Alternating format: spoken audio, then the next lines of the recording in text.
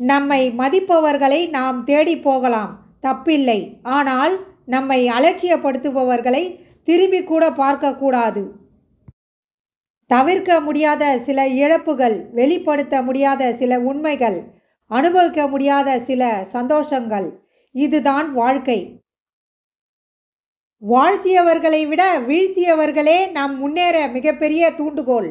ஏனெனில் வாழ்த்தியவர்கள் தூண்டியது தன்னம்பிக்கையை, வீழ்த்தியவர்கள் தூண்டியது நம் தன்மானத்தை. அழுவதை விட்டுவிட்டேன், புலம்புவதை விட்டுவிட்டேன். ஆனால் நினைப்பதை மட்டும் நிறுத்த இயலவில்லை. அமைதியான சூழல்களில் அனுமதியின்றி சில நினைவுகள் என்னை ஆட்கொள்கின்றன. ஒருவனுக்கு எதிரிகள் அதிகம் என்றால் அவன் வீரன் என்று அர்த்தம். துரோகிகள் அதிகம் என்றால் அவன் நல்லவன் என்று அர்த்தம். முதல் முறை விழுந்து விட்டோம் என்று பயந்திருந்தால் மிதிவண்டி ஓட்டக்கூட பழகி இருக்க முடியாது. வாழ்க்கையும் அதுபோலதான். கசப்பான உண்மை, பிள்ளைகளுக்காக உங்கள் ஆசைகள், ஏக்கங்கள் எல்லாவற்றையும் குழி தோண்டி புதைத்து விடுவீர்கள். ஆனால் உங்கள் தியாகங்களை உங்கள் பிள்ளைகள் நினைத்து கொண்டே இருப்பார்கள் என்று பகல் கனவு காணாதீர்கள். உங்கள் பிள்ளைகளுக்கு அவர்கள் வாழ்க்கையை பற்றித்தான் நினைவு இருக்குமே தவிர உங்கள் தியாகங்களை அசை போட நேரம் இருக்காது. உங்கள் பிள்ளைகளின் வெற்றிக்கு விதையாக இருங்கள். உணர்ச்சிக்கு முதலிடம் கொடுக்காமல் உழைப்புக்கு முதலிடம் கொடுத்தால் வாழ்க்கை உன்னதமாக இருக்கும். அம்மா, கோவிலுக்கு செல்லாமல் கைகூப்பி வணங்காமல் உன் ஆசையை நிறைவேற்றும் ஒரே தெய்வம் அம்மா. கோடி உறவு அருகில் இருந்தாலும் அம்மாவை மிஞ்சின உறவேதும் உலகில் இல்லை. வார்த்தைகளை உதிர்க்கும் முன் ஒரு முறை சுவைத்து பார்த்து விடுங்கள். உதிர்த்த வார்த்தைகள் ஒருவேளை மன்னிக்கப்படலாம், ஒருபோதும் மறக்கப்படுவதில்லை.